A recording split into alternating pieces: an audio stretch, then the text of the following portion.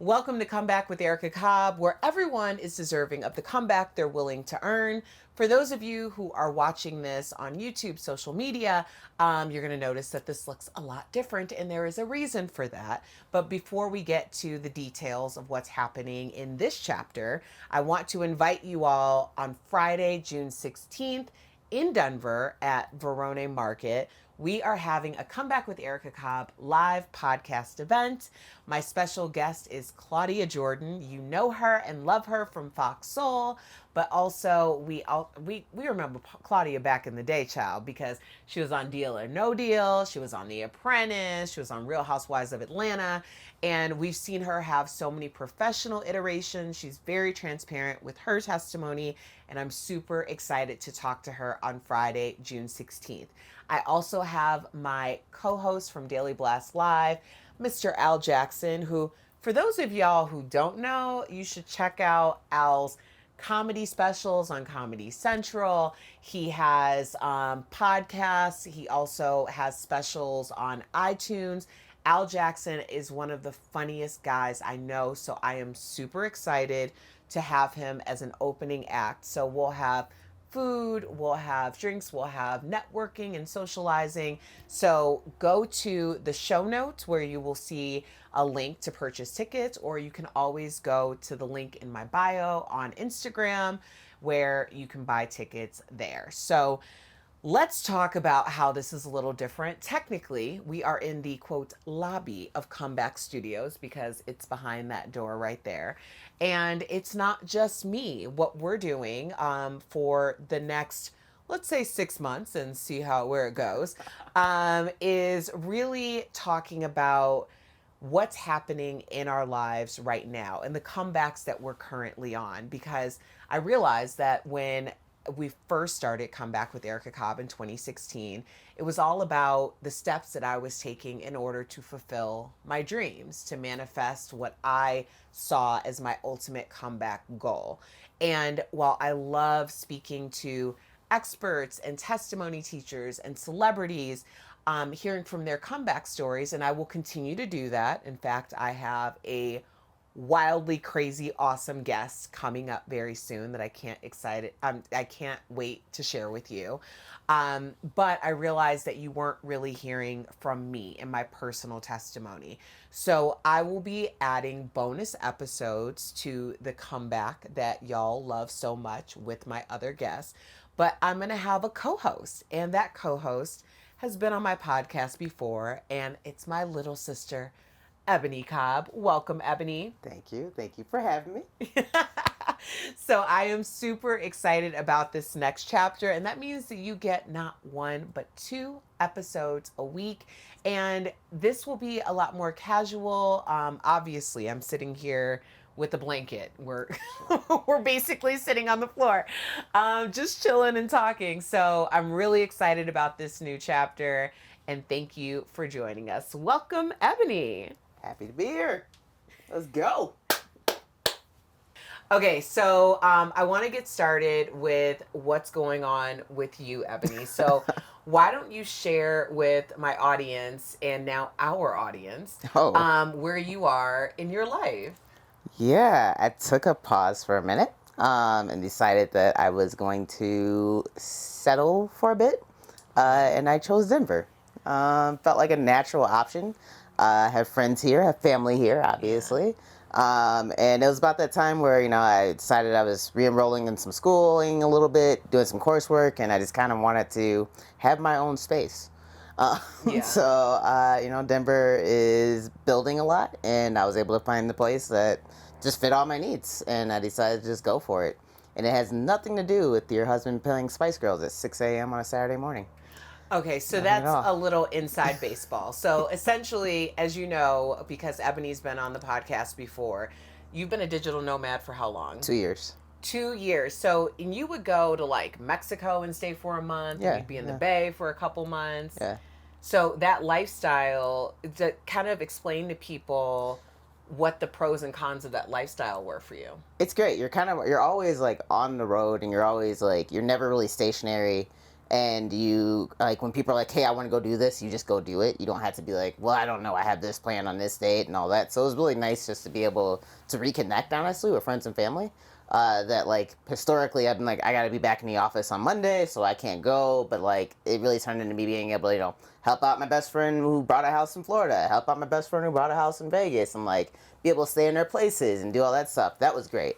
But the other half of it is, you're in other people's spaces a lot. And it's, you don't really have a chance to just be in your own world. It felt like I was leaving work and then, like, I would have to be on for whoever I was staying with at the time. So it's, like, either making sure food's ready or, just not trying to just freeload off everybody. Yeah. It was really the thing. So, like, I always have this thing where I'm like, when I leave, you're going to miss me.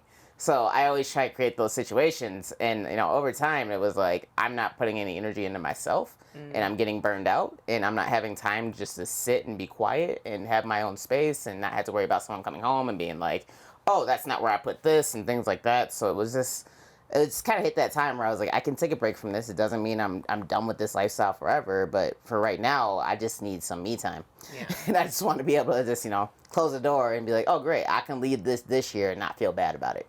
And I did leave a dish at my apartment. Oh, yeah, good for you. It was a big move for me. And, like, it took me because I was like, oh, the Uber's on the way. Do I just put it in the dishwasher? I was like, no, I can get to it when I get back. It's cool. You good? No one's gonna trip. You're all right. So, my husband Anthony, your brother-in-law, we were up on a Saturday, and it was kind of gonna be a About It Saturday type situation. And so he started playing music, and he played music all around the house. And so around 8 a.m., Ebony woke up to, so tell me what you want, what you really, really want. Yeah, see, it's a great song, right? But not at 8 a.m. when she thought she was going to be able to sleep in for the first day in a couple of weeks. So that was kind of the catalyst for you to... It just made me think a little bit deeper about what was I doing in my life in this moment where I'm like, I can't even get mad at anyone because I don't own this house. I'm like, I just have to sit there and take the L. I was like, it is what it is. And then that went on for 3 hours. And I was like, okay. Mm-hmm. Yeah. Yep. By the second hour, I started looking at apartments, and I'm like, okay, I think I'm gonna stay in Denver. Let me just start looking. And what was it, like by the next day, I already got. Yeah, it went pretty quickly. Yeah, you looked for the apartment, and it was next thing I knew we were missing furniture, which is great that the furniture in our home was able to furnish your apartment. It was so helpful. Thank you. Very helpful. Yeah, very I'm helpful. Just looking around when I'm gonna take notes. So. But I also need people to know, because when I say you're my little sister, like, you are quickly approaching your 35th birthday. Yeah. Oh, you and put me out there, huh? Yeah, okay. I mean, I'm 42, so whatever. But yeah, you're coming up on 35. You have a very serious job that you've been at for quite some time. Yeah. You were working in Silicon Valley until the pandemic, when everyone went remote, and we've talked about this on the podcast. So your lifestyle was only indicative of choice, not necessity. And so that's important for people to understand, because you also are you can be very self-deprecating. So when you talk about, like, freeloading off of people, as someone who you refer to as freeloading off of, I can tell you for sure you were not a burden or a freeloader by any means. I like to think of us as like roommates, kind of roomies, Roommates. That, like, I just don't pay rent. Like, roommates who don't pay rent. My husband loved that. No, he loved having me here. Pretty sure he loved having me here. No, he seemed sad when I left. Okay, like, he genuinely seemed hurt. Having you y'all here. both seemed hurt when I took my last bag out. Y'all were both like, "So you really gonna go?" I'm like, "Yeah, man, I signed a lease." Like, yeah, yo, like, let me go. Let me be free. Change never comes easy. It never comes easy. You're listening to Come Back with Erica Cobb. I am with my sister Ebony, which will be a weekly communication and chat with all of y'all about the comebacks that we are experiencing in our lives. So for those of you who are watching on social media, I know I look a little crazy. And it's because I went to my girl, Angel Martinez at Angel Aesthetics, and I am doing a little comeback of sorts amongst many. I kind of shared a little bit on social media that I had a significant amount of hair loss some months back, and it really affected the density of my hair as well as my edges. And as Black women, we are about our edges. Our edges are very important. So, what I decided to do, because the hair loss was something that was completely out of my control and also very much stress induced. So I decided to go to Angel, who today was my last round of what is considered microneedling for the scalp. And it's really to regain hair and hair growth. And so this is week 10, and I have experienced a lot of hair growth, especially around my edges, and I am super excited about it. And I'm super excited to tell you more because I know that this is something that a lot of people struggle with, whether it's tension loss or alopecia or loss from stress, and recently loss from COVID. It's something that a lot of people are looking to find help for themselves. So yeah, so I'm shiny, and I'm probably have a little bit of we'll just say I have some gook in my hair. But it's all for a really great reason, and I'm excited to share more about that as we kind of documented that process. The other thing is, I am really trying to alleviate a lot of stress in my life. So, as I was saying earlier, I took the time right now to just kind of take a step back from some things that were a little bit more in my control. The podcast was one of them. And now that I'm back 100%, I'm also excited to share my IVF journey with all of you.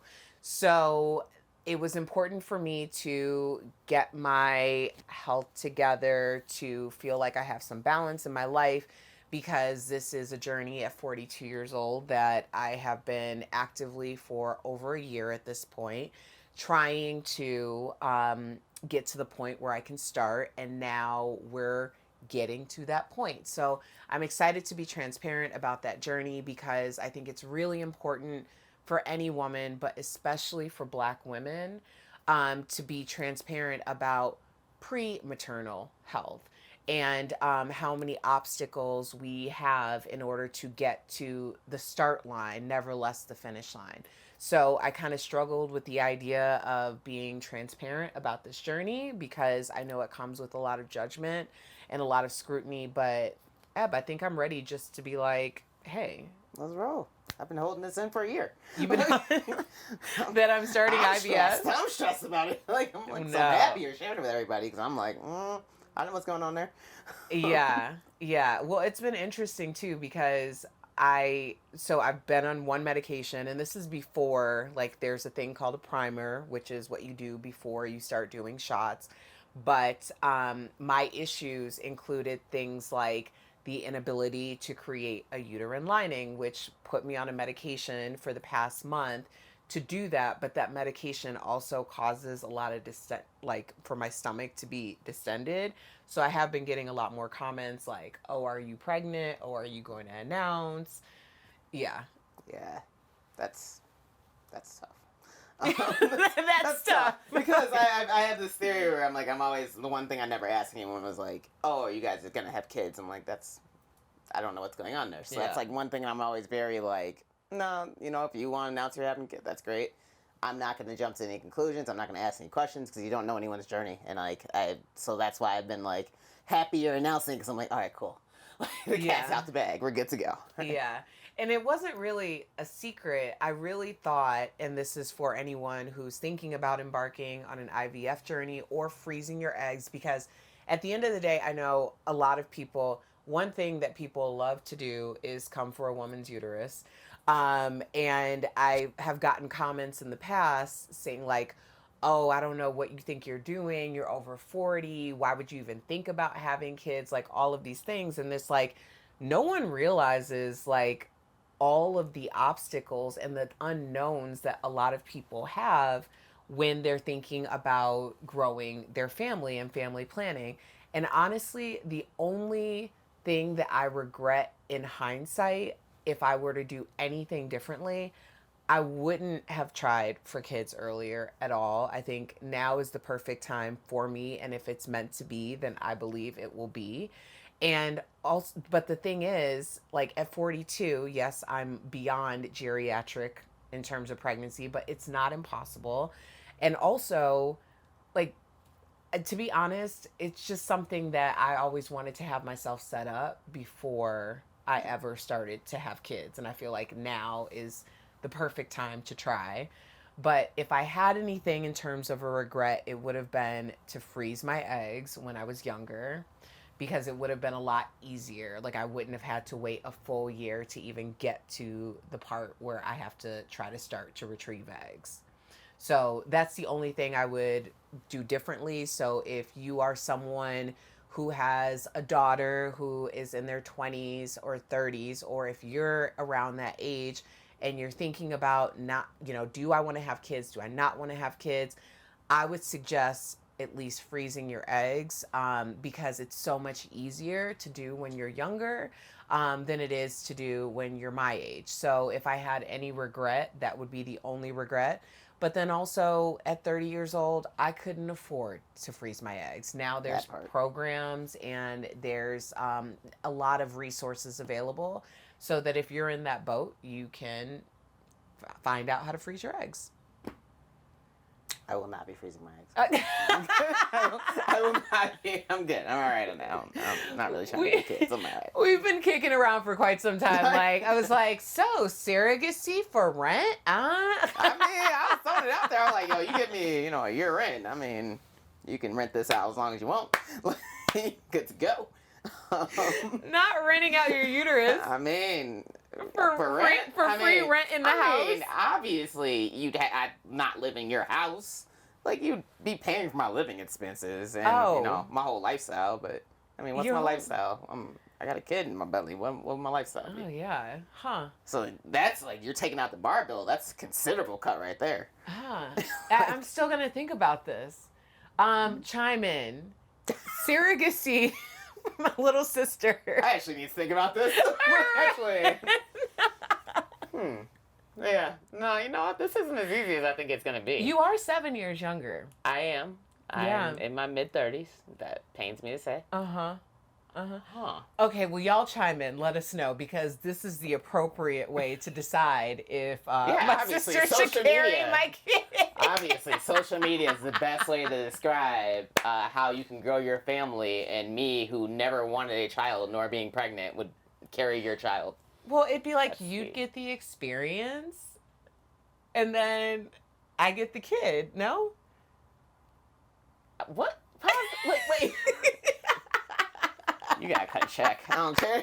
You gotta cut a check. You paying student loans, credit cards, you paying the whole nine. I don't care. You gonna cut that check. Oh my gosh. Well, listen, we have so much to talk about clearly. I mean, we're just teasing all of the things that we have going on in our lives right now.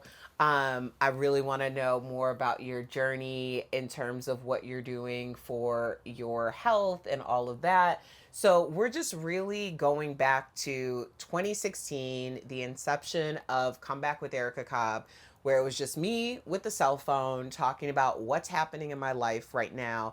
And for those of you who may be new to Come Back with Erica Cobb, I started off on YouTube. Those videos are still up, so you can get an idea of what that journey was. I actually look back on those videos now and I'm like, who was that girl? Did you think I was crazy when I was doing the videos? Sure. I've always thought you're crazy. Not in a bad way, just, you're out there. I just remember we did a video when I was out here 1 week, and it was a very funny video. And I was like, what is she doing? I'm like, all right, this seems like a fun life she's living over here. I gotta come to Denver more often. Yeah. Fast forward to me just moving in. Yeah. Well, it's funny because Mom said, just about actually, when NAACP nomination came in, and she's like, I gotta tell you, when you were just going downtown Chicago with your cell phone and a microphone, I was like, this girl has lost it.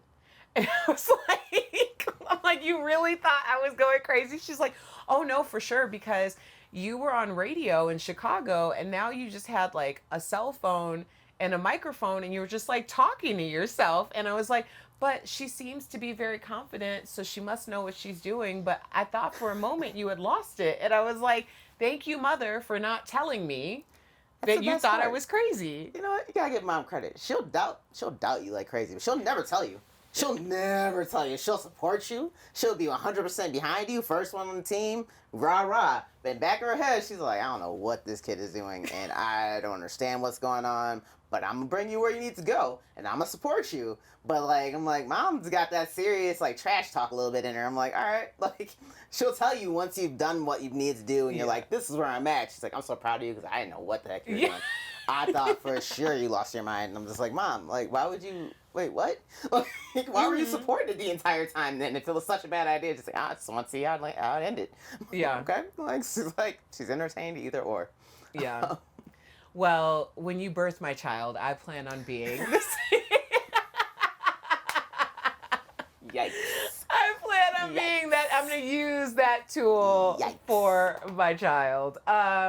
Yeah. So I really looked at these videos and I kind of, strangely enough, was inspired by that girl that I saw in 2016 because I was like, who is she and where did she go? She was so confident about everything. Like, oh no, I'm going to get this job in television. Oh no, I'm going to do this. And I'm like, that's what it took to get here. And I think it's very real for people to set a goal and to obtain that goal. And then you kind of get lost a little bit in your goal. That's been like you your whole life. What do Like, you mean? Like, I just remember being like, you're 7 years older than me. I remember being like 5 years old and seeing a 12-year-old you setting up your own radio station in like the closet using using the little, the cardboard from the hangers Oh, and making your own mic stand and then like calling into the radio and like having guest hosts and like calling your friends and acting like you're interviewing them. It was the weirdest thing ever. I guess I'm like mom in some ways. I was like, I don't know, like, this is weird as heck. Let's just see it through. Like, let's see what happens. And then by the time you graduated college, a couple years later, you had a job on the radio. And I was like, oh, that's how you manifest things. Okay. Well, I got it. yeah, I think what happens to a lot of us, and thank you for that, because I probably need to hear that from time to time. But I think what happens to a lot of people is you get your goal and then you think that's the goal without thinking about what's next. And I think in one way, we're always thinking and preparing for what's next if we're like manifesting or like proactive people. But it can become incredibly difficult as you're navigating what was once the goal, to see the future from there. And I think having these conversations and being transparent with where we are today is really going to help like a year from now when we're talking about, remember the first day that we decided to sit down and do these chats and invite people into our story, and now we've done this and we've executed that, and it's a really great feeling to get your goal, but also to feel like there's people around you, there's people listening or watching who are on their track and their comeback as well. So that's really what we're doing for comeback, what we're going to call now your bonus episode. So I appreciate y'all listening. We're going to talk about some current events and things like that, but we're really just going to focus on how we're putting one foot in front of the other from week to week in order to manifest bigger goals in our lives. So as you're following along, as you're listening, think about what your ultimate goal is going to be in the next 6 months, in the next year. And we'd love to hear from you. So make sure you hit us up, leave a comment or a review in the show notes. Also, leave us a 5-star because you're going to be kicking it with Erica and Ebony. So we're 5-star only, okay?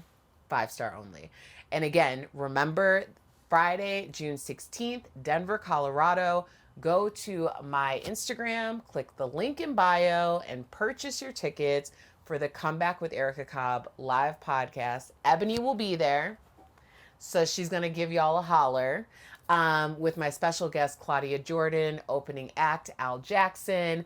It's going to be a great summer kickoff, so make sure you get your tickets. I'll have a link in the show notes as well. So, you want to leave the people with a word of wisdom? Be kind. Be kind. We need it. Yeah, we really the do. world really needs some kindness right now. Yeah. Just be understanding, be kind. That's it. I would agree with that. I would agree with that. Be kind and manifest your goals. All right, come back, kids. Hit me up on social media, leave a review, leave a 5-star review, of course. And as always, it's great to chat with you. And I have a special guest coming up very soon, and Comeback is back. So thank you for listening.